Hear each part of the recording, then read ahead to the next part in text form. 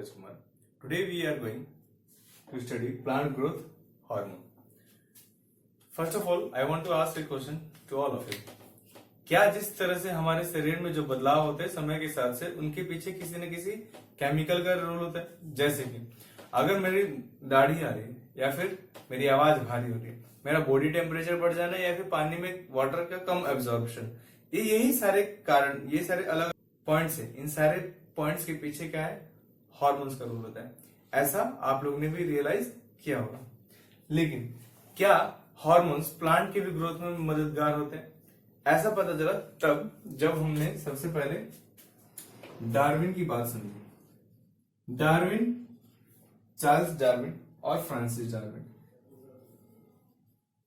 Charles and Francis Darwin, इन दोनों ने एक बहुत ही यूनिक चीज ऑब्जर्व की। वो थी कि जब भी लाइट आता है तो लाइट के प्रेजेंस में जो प्लांट्स थे, जो प्लांट था वो ग्रोथ करता था और वो एक स्पेसिफिक डायरेक्शन में ग्रोथ करता था। वो था इसकी टिप्स से। लेकिन ऐसा क्या होता है कि इस लाइट के आ जाने की वजह से, इस लाइट के आने की वजह से यहाँ पे प्लांट में इस पे ग्रोथ होने लगता है। ये सारी चीजें ये लोग डिफाइन नहीं कर पाए। मतलब इन्होंने एक स्टेप तो लिया towards the hormone, but they not going to completely define which factors are there for the initiation of the this type of growth. और भी अलग अलग तरह के फंक्शन हो सकते हैं, और भी अलग अलग तरह के हार्मोन्स के रोल हो सकते हैं, जैसे सीड जर्मिनेशन में, जैसे फ्रूट इलोंगेशन में, फ्रूट के टाइम पीरियड में, और फ्लावरिंग के लिए, और फ्रूट इनिशिएशन के लिए। अब हम लोग बात करेंगे कि इन सारे सवालों के जवाब कैसे मिले। सबसे पहले हम लोग बात करते हैं हार्मोन क्या होता है। हार्मोन वो सबसे कम निकलने वाला केमिकल सब्सटेंस होता है जो किसी भी चीज को इनिशिएट कर सकता है, किसी खास फंक्शन को हमारे बढ़ा देता है, तेज कर देता है, या फिर किसी खास फंक्शन को कम कर देता है। ये काम करता है हार्मोन। प्लांट ग्रोथ हार्मोन जो भी हम लोग पढ़ने वाले हैं वो इस बेसिस पे पढ़ेंगे कि नीड में हमारे सवाल के जवाब, नीट में जो भी सवाल होंगे उसके जवाब हमारे पास हो, सही सही हम लोग सवालों के जवाब दे पाए।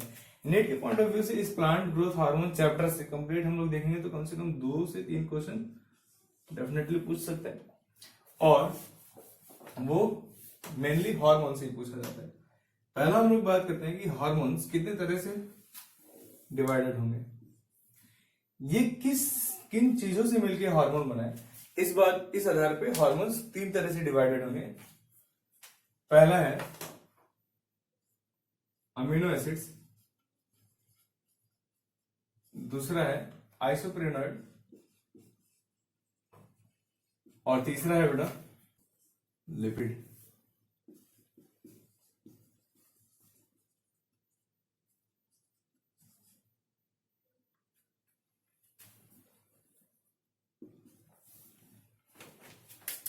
तो यहाँ पे हम लोगों ने सबसे पहले बात की अमीनो एसिड। वो हार्मोन जो अमीनो एसिड से बनते हैं वो कौन कौन से? सबसे पहले है ऑक्सिन। ऑक्सिन किस अमीनो एसिड से बनता है? तो आपका जवाब होना चाहिए ट्रिप्टोफैन। नेक्स्ट हार्मोन हम लोग जो बात कर रहे हैं वो है एथिलीन। एथिलीन किस हार्मोन से मिलकर बनता है? एथिलीन बनता है मिथ्योनिन से। तो ये मिथ्योनिन से बनता है, और ये जो मिथ्योनिन आप देख रहे हो वो एक्चुअल में किससे कोड होता है? ये एयूजी से कोड कर रहा हूं।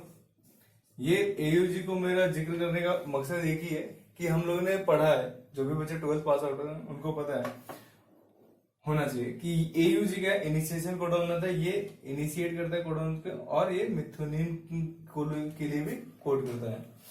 नेक्स्ट हम लोग बात करते हैं आइसोप्रेनॉइड के बारे में। आइसोप्रेनॉइड्स से कौन कौन से होते हैं? मेनली यहाँ पे जो हमें एनसीईआरटी में पढ़ना है वो है 2 तरह के, वो है जिबरलिन एंड दूसरा एब्सिसिक एसिड।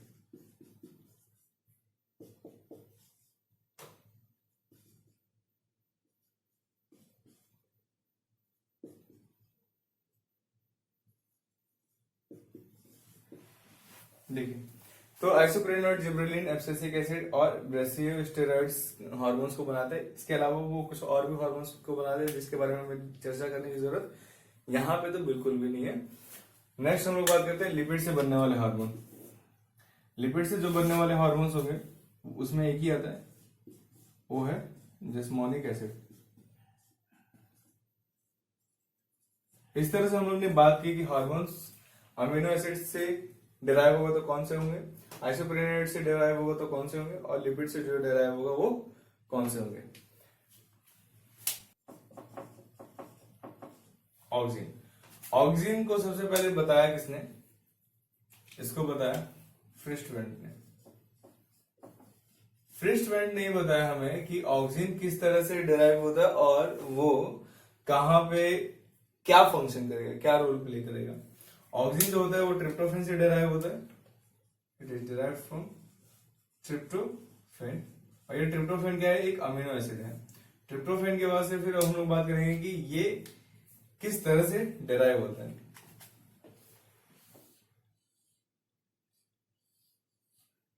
माना जाता है, ये हाइपोथेसिस है कि लीफ से जो भी पास वाला, टिप के पास वाला जो लीव्स होते हैं वहां से कुछ हार्मोन्स निकलते हैं, कुछ केमिकल्स निकलते हैं जो कि टिप पे जाते हैं, और टिप में जाने के बाद से यहाँ पे मौजूद जो सेल होंगे, यहाँ पे जो मौजूद सेल्स होंगे उनको क्या करेगा, इलोंगेट कर देगा।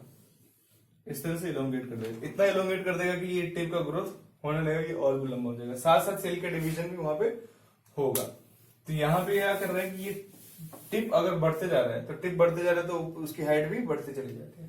तो अगर उसकी हाइट बढ़ रही है तो हम लोग क्या बात कर रहे हैं, वो एपिकल डोमिनेंस कर रहा है, एपिकल डोमिनेंस कर रहा है। ऐसा उन्होंने किसमें देखा था, ऐसा उन्होंने अवीना सटाइवा में देखा था। किसमें देखा था, अवीना सटाइवा। अवीना सटाइवा क्या है, अवीना सटाइवा ओट प्लांट है। ओट तो जानते हो, ओट का जो साइंटिफिक नेम है उसको हम लोग अवीना सटाइवा कहते हैं। तो उन्होंने देखा एपिकल डोमिनेंस उसमें होता है। किस किस तरह से ट्रिप्टोफेन अलग अलग तरह के ऑक्सीजन बना सकते हैं, तो यहाँ पे हम लोग दो तरह के ऑक्सीजन को डिस्कस करेंगे। पहला नेचुरल, जो नेचुरली पाया जाता है प्लांट्स में, और दूसरा सिंथेटिक। तो जो नेचुरली जो पाया जाता है प्लांट्स में वो है IAA, IBA and PAA। Full form में बोल दे रहा हूं। तो नेचुरली जो पाए जाने वाले अमीनो एसिड है वो कौन से, indole acetic acid, indole 3 acetic acid, IBA indole butyric acid, और PAA फिनाइल एसिटिक एसिड। अब हम लोग बात करते हैं सिंथेटिक रूप से जो पाए जाते हैं, जो सिंथेटिकली पाए जाते हैं उनके बारे में। सिंथेटिकली जो पाए जाने वाले अमीनो एसिड्स है वो सबसे पहले क्या है, वो है 2,4 डाइक्लोरो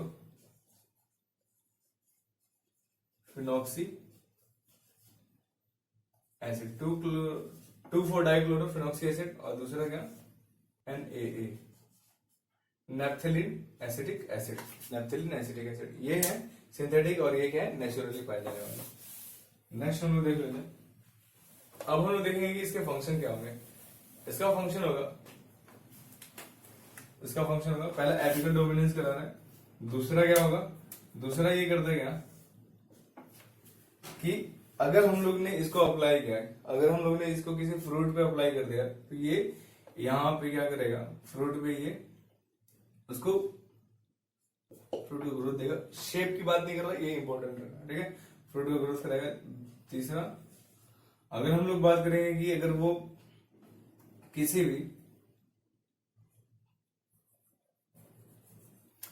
फ्लावर पे दे दिया जाएगा तो वो बिना फर्टिलाइजेशन के वो फ्रूट बना सकते हैं। जैसे टोमेटो की बात करेंगे तो टोमेटो पे अगर हम लोग दे देंगे, क्या टोमेटोज पे अगर हम लोग देते हैं क्या, ऑक्सीजन देते हैं, ऑक्सीजन देने के बाद से ये क्या करेगा, पार्थेनोजेनेसिस करेगा। पार्थेनोजेनेसिस का मतलब क्या होता है कि अगर कोई फ्रूट बन रहा है बिना फर्टिलाइजेशन के, फ्रूट विदाउट फर्टिलाइजेशन, अगर कोई फ्रूट बन रहा है विदाउट फर्टिलाइजेशन के, तो हम लोग कहेंगे उसको क्या, पार्थेनोजेनेसिस होता है। नेक्स्ट हम लोग बात करते हैं कि वो फाइब्रस रूट या एडवेंटिशियस रूट को ग्रो कराता है। एडवेंटिशियस रूट का मतलब क्या है कि अगर हम लोग यहाँ पे सीड देख रहे हैं तो कुछ रूट्स क्या होता है आपको सीड से निकलते हुए दिखेगा, लेकिन अगर हम लोग एडवेंटिशियस रूट की बात करेंगे तो इस रेडिकल को छोड़ के, यहाँ पे रेडिकल होता है, रेडिकल को छोड़ के अदर देन रेडिकल वो कहीं पे भी निकलता है। जैसे कि आपने स्टेम देखा है तो स्टेम पे कभी कभी इस तरह से रूट आपको निकलते हुए दिख जाएगा। जैसे कि एग्जाम्पल आपको शुगर केन हो सकता है, या फिर आप देख सकते हो मक्के के पौधे में, मेज के पौधे में इस तरह से रूट निकला हो। तो ये सब क्या है, अदर देन सीड से, अदर देन रेडिकल से।